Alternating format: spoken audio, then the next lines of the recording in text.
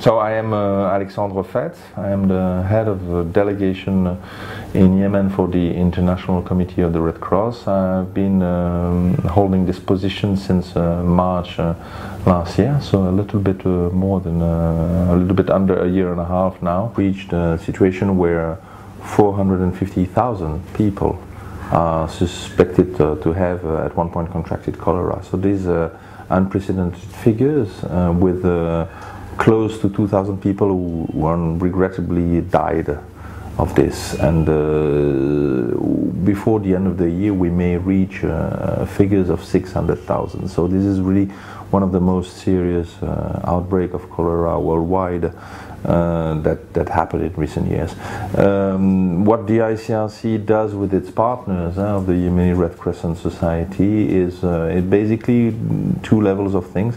We have flown a large number, half a dozen planes, to make sure that we have enough IV fluids and ORS. It's not difficult to cure cholera, but you need to do it fast and you need to do it well. So we are intervening in cholera treatment centers, mainly in Sana'a and in Hodeidah. And our caseload was close to 20% or close to 50,000 people that went through ICRC supported or ICRC operated cholera treatment center. In addition to this, the movement of the International Red Cross and Red Crescent is working on prevention, which is not only raising awareness of people and the good practice and that sort of things, but also treatment of water plants, because cholera is a waterborne disease, and therefore if there is a place where a high level of cholera is noticed, then you need to put chlorine in the water sources, and that's something we do either ourselves or with our partners from the Red Cross Red Crescent movement. Regarding hunger that is taking place in Yemen, what is the status and what are you trying to do there? So the situation of the food situation, there is a very serious food security situation. It is suspected that almost half of the population is food insecure today in Yemen. So and with smaller numbers, but still very high, of people who don't know where their next meal is coming from.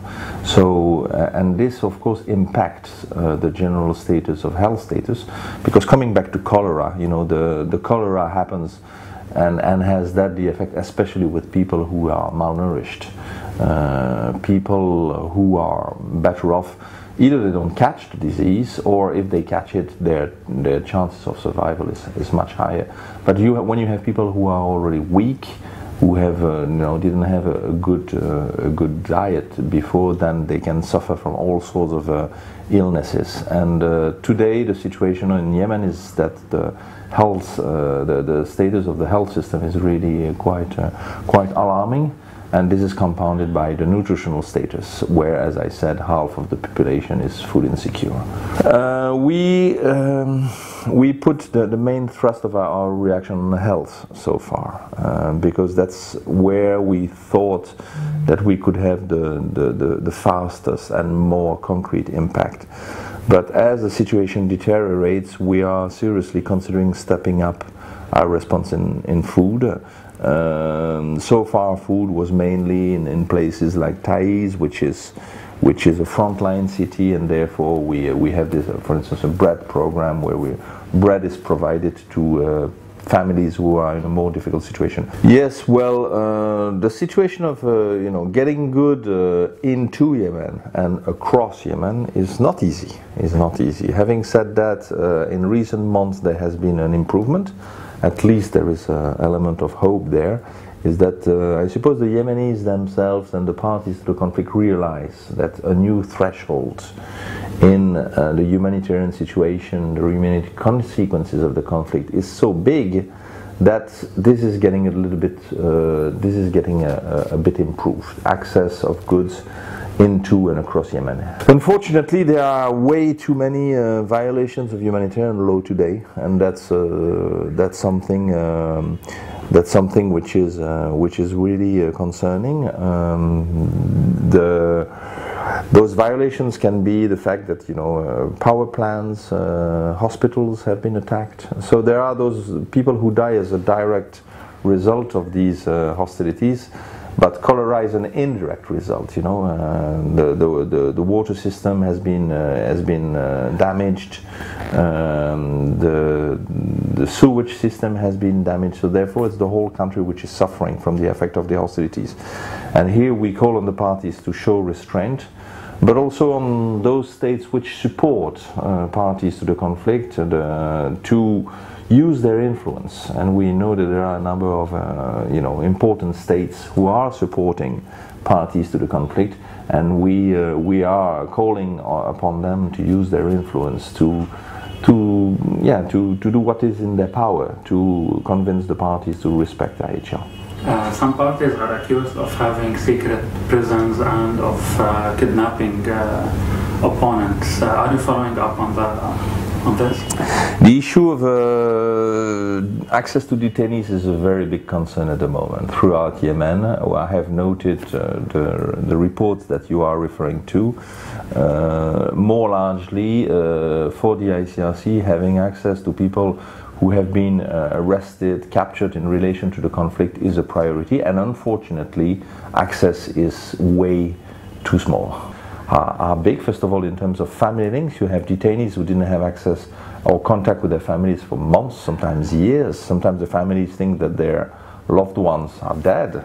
So you can imagine the humanitarian consequences of that. While working with local NGOs, did you find that they need any particular technical aid, or are they well equipped and capable of following up their action? The International Committee of the Red Cross throughout the world traditionally works with its national counterpart. So here we work with the Yemeni Red Crescent Society, and they do a great work, especially for the cholera, for ambulance services. They have been really doing tremendous work, and they have an access that we don't have, because especially in some governorates where the security is not good enough for me to send expatriate staff.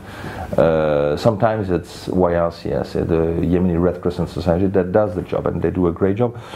But more generally speaking, I have to say that I'm impressed by the resilience of the Yemeni people, because many of the health people, the public servants, they haven't been paid for a year, and yet they still work incredible hours to respond to the cholera crisis, for instance.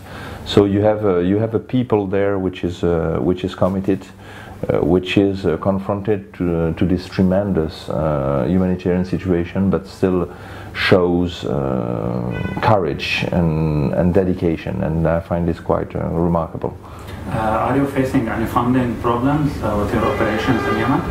This is perhaps the good news. The international community is increasingly responding. For a long time, Yemen was a little bit, for some reason, the forgotten conflict, and you know, other conflicts, especially in the region, were getting more attention than Yemen did for a number of reasons. Now I'm happy that especially in the international community, the donors are really understanding what's going on, and the fact that we have this country which is really in a dire situation, something that must be done, something must be done fast.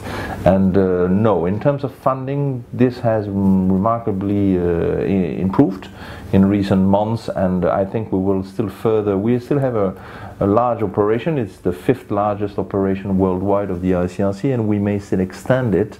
And also the press, I have to say, and you know, the fact that you are interviewing me today shows this renewed interest of the media in the Yemeni conflict, and would like to thank you for coming along today.